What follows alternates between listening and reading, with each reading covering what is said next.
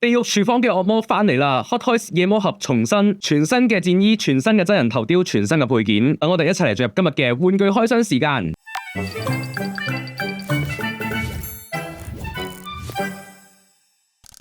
Hello， 各位觀眾大家好啊！今日我哋要開箱嘅呢就係呢一盒 Hot Toys TMS154夜魔俠重生裏面嘅夜魔俠。之前我嘅片裏面都有講過啦，我真係超級中意夜魔俠呢一套作品嘅。今次呢係夜魔俠佢正式咁樣回歸 MCU 啦，有自己嘅劇集。今次我對佢嘅期望呢係非常之高嘅。佢喺舊年2025年嘅3月份開訂，最近呢先至啱啱開始排貨嘅啫。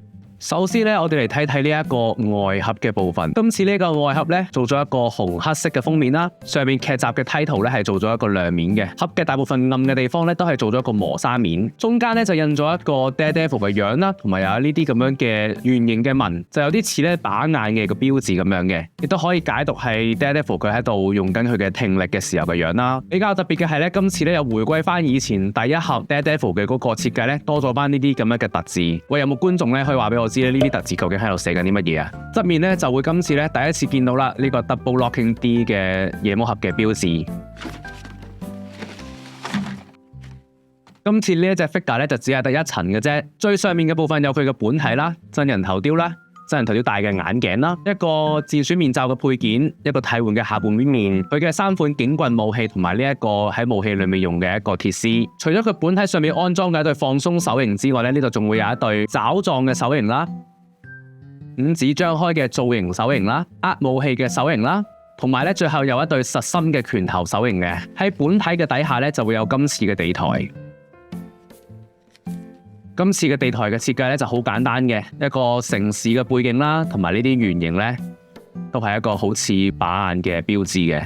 本體嘅部分咧，今次有一套全新嘅紅色戰衣，整套戰衣咧都係用帶有滴膠表層嘅彈性布料去做嘅。基本上戰衣上面所有嘅層次線條、一啲飾物嘅部分咧都有還原到，戰衣上面嘅紋理咧都有好仔細咁樣做出嚟。呢啲咧一直以嚟咧都係 Hot Toys 嘅強項嚟嘅，所以咧我就唔太擔心嘅。顏色方面咧，今次戰衣用嘅係一種暗紅色 ，Hot Toys 咧又喺表面做到一啲舊化嘅處理，但係即使係咁咧，我仍然覺得咧佢尚未達到佢應有做到嘅嗰種暗紅色嘅。依家嘅顏色咧仍然係太鮮豔。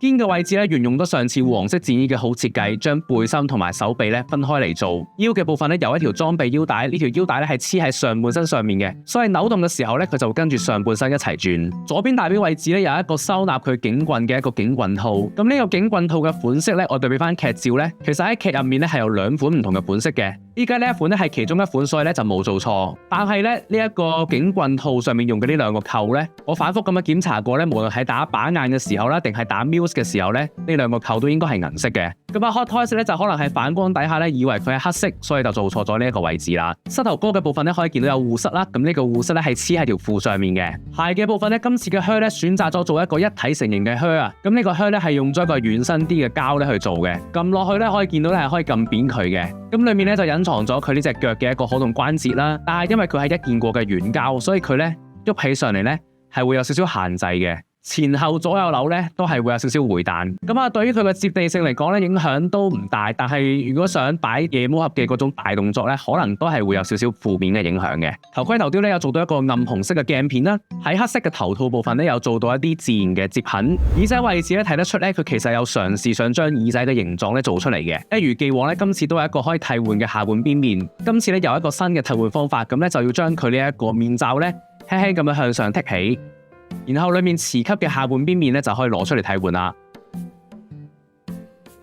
替換好之後咧，我認為咧今次2款面罩同嗰個鼻同埋面嘅嗰個貼合度咧都係幾唔錯嘅。2個面型裏面咧，我就比較中意呢一個咬牙切齒嘅面型，我覺得佢係比較似嘅。反而平靜表情嘅嘴唇咧有啲厚，我覺得咧係怪怪地嘅。今次呢個頭盔頭雕最大嘅問題咧係佢上面嗰啲紋理啊，就咁同佢個戰衣對比一下咧，你已經可以見到咧佢係冇戰衣上面嘅紋理做得咁深嘅。同預訂圖上面比較咧，今次而家大貨嘅紋理咧亦都比預訂圖上面嘅淺咗好多。我相信咧就係喺呢個生產過程裏面咧面罩嘅細節咧流失咗，呢一點咧係要大大咁樣扣分嘅。今次咧有一個完全全新嘅真人頭雕，同上次黃色戰衣嘅真人頭雕相比咧，今次嘅髮型咧完全唔同咗。而家嘅髮型咧係符合夜魔俠重生裏面嘅款式嘅，5官方面嘅相似度咧進步咗唔少。上次我都講過啦，上一款咧真係完全冇辦法辨認出嚟嘅。今次眼睛嘅大細、眼距、嘴巴嘅部分咧都有進步。我特別中意佢嘅額頭咧有做到抬頭紋嘅細節，但係鬍鬚嘅細節咧我就只能夠講係有啊，鬍鬚咧做得並唔好嘅。今次 Matt Murdock 佢留嘅鬍鬚咧其實都幾長嘅，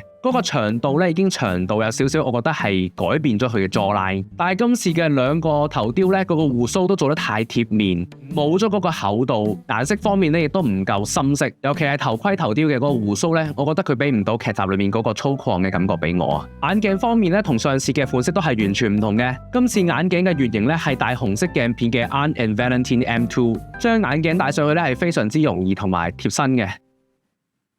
我認為戴上呢個眼鏡之後咧係好睇嘅。眼神方面咧，因為呢一個角色係盲噶嘛，咁所以今次咧就好理所當然咁樣咧就冇做到可動眼球，冇做可動眼球咧係可以接受嘅。但係喺呢一個眼神同埋表情嘅選擇方面，係咪可以再考慮得仔細啲呢？佢而家呢一個咁樣嘅直不甩向前望嘅一個好放空嘅神情，配搭住戰衣嚟展示嘅時候，究竟有咩用呢？佢呢一個眼神咧就仿似咧好似預設咗我哋要幫佢戴翻副眼鏡咁樣。但係問題係咧，其實 Matt Murdock 佢喺着戰衣嘅情況底下咧係好少會戴眼鏡嘅。你諗下，佢打完膠除咗個頭套，佢有咩理由要戴翻副眼鏡呢？佢本來就唔需要靠副眼鏡去睇嘢噶嘛，嗰副眼鏡只係攞嚟扮嘢，同埋有時候用嚟遮住佢。而且佢喺着住戰衣嘅情況底下，除咗頭套之後咧，頸上面係會有一個黑色嘅頸套嘅。所以大家喺眼前見到呢一個 combination 咧係根本唔存在嘅。佢只有喺律師嘅造型底下先至會最經常咁樣戴上紅色嘅太陽眼鏡。其實 Daredevil 呢個角色咧真係非常適合出一個戰衣同埋便服嘅雙人套裝，畢竟佢都係整個漫畫宇宙裏面其中一個雙重身份最重要、最明顯嘅一個角色。神情方面咧 Charlie Cox 喺扮演呢一位盲人角色嘅時候，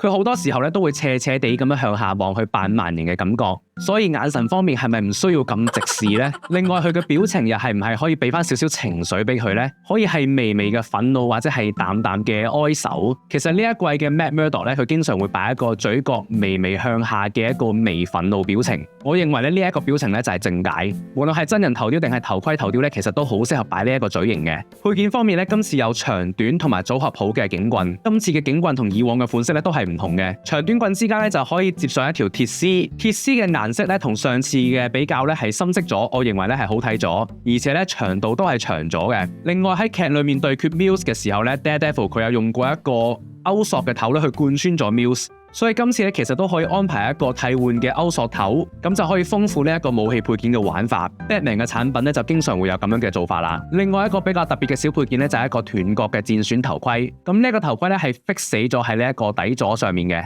呢一個咧就係第一集同把眼戰鬥完之後嘅一個戰損狀態，喺劇裏面都幾有一個象徵式嘅意義。斷角嘅位置咧剛剛好咧就係一個 D 字。今次頭盔連底座呢一個樣咧就好明顯參考咗劇裏面其中一集展示咗 Daredevil 佢所有頭盔連底座嘅嗰個樣嘅。但係可惜咧，今次呢個咧就只係一個擺設，佢咧就並唔可以真正咁樣換到佢嘅頭上面。我個人認為咧就有少少浪費咗呢一個配件。最後嚟講今次呢隻 figure 最大嘅問題就係佢身形比例嘅問題。最明顯嘅就係佢嘅肩太細啦，同埋佢整體嘅身高太矮。今次 Daredevil 嘅回歸俾我嘅感覺咧係好強壯、好兇狠嘅。同劇集裏面嘅畫面比較咧，今次玩具上面呢個肩咧，簡直就係 weak 啊！整個向下垂嘅呢個肩部咧，真係好唔美觀。呢個問題咧，已經唔係你將佢嘅手咁樣向上剔起少少咧就可以解決噶啦。因為頭同埋肩嘅比例咧，真係爭得太遠。頭太大而肩太細，整個上半身嘅寬度咧亦都唔夠橫，所以咧就俾唔到一個好強壯嘅感覺出嚟。連戴落去咧，你會覺得佢嘅腰咧特別粗，係粗咗嘅。其實我對上一次黃色戰衣嘅評價咧係唔錯嘅，最起碼佢比起再上一個 Daredevil 嘅 figure 咧係進步咗唔少。我覺得黃色戰衣咧已經非常接近理想嘅狀態，所以當時咧我係好期望下一款嘅產品可以更接近完美。但係而家嘅情況咧好可惜嘅就係咧，我認為黃色戰衣仍然係更優勝嘅作品。上次有一點做得好好嘅就係咧，佢將五官做細咗少少，頭嘅兩邊咧都會比較窄，所以整個頭咧望落去都唔會咁大。而今次嘅作品同上次嘅比較咧，今次就係眼大、五官大、頭大，全部都大。兩隻作品擺埋一齊嘅話咧，你甚至會發現咧新作係比前作矮咗少少嘅。如果你將4個頭雕擺喺同一個平面，你會發現新作嘅2個頭雕都比前作2個頭雕嘅高同埋大，但係安裝上去身體之後，佢反而比前作更加矮，咁就證明咧今次嘅 body 咧真係出事啦。真人頭雕連帶埋個髮型，其實係會比頭盔頭雕視覺上大少少嘅，所以今次喺戰衣上面換上真人頭雕咧，呢個頭大身細嘅問題就非常嚴重啦。一個小嘅比例例問題最終結合成為一個大嘅比例問題。如果要解決而家呢一個現況咧，加法咧就係可以幫佢做增肌啦，同埋幫佢做增高。減法咧就要諗辦法咧，點樣可以有一個細啲嘅頭，或者咧係將佢條腰咧再收少少。二選其一，唯一可以做嘅咧，我哋就只能夠做呢一個加法啦。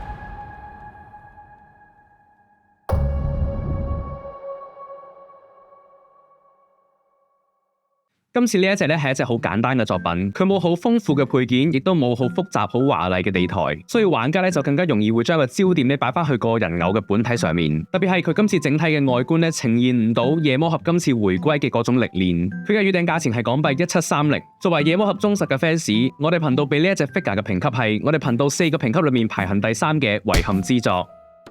喺眾多 Disney Plus 嘅劇集裏面咧，夜魔俠係唯一一套拍到去第3季嘅，我相信咧非常之足以證明咧呢一個角色嘅人氣噶啦。第2季嘅黑色戰衣造型咧 Hot Toys 已經開咗訂啦，有睇過劇集嘅朋友都知道啦，呢一套戰衣咧只係為咗隱藏夜魔俠嘅行蹤，方便佢喺夜晚行動，所以咧將佢嘅紅色戰衣塗成咗黑色嘅。但係如果 Hot Toys 嘅黑色戰衣都只係一個換色嘅作品嘅話咧，咁樣如無意外咧就可能會出意外啦。距離黑色戰衣出貨咧仲有一段時間，今次咧絕對係有機會可以改善嘅。咁啊，除咗夜魔俠以外咧 ，Punisher、Kingpin、Bullseye 呢啲角色咧，全部都好想要。Punisher 嘅機會咧稍為高少少，另外2個角色咧恐怕就有啲困難啦。好啦，今日呢條片咧就嚟到呢度啦。如果中意今日呢條片嘅朋友咧，就記得一定要讚好同埋訂閱我個頻道，撳埋個鐘仔 follow 埋我嘅 Instagram。喺我嘅 Instagram 上面咧會有更加多唔同形式嘅玩具情報同埋玩具開箱嘅。咁我哋下次再見，拜拜。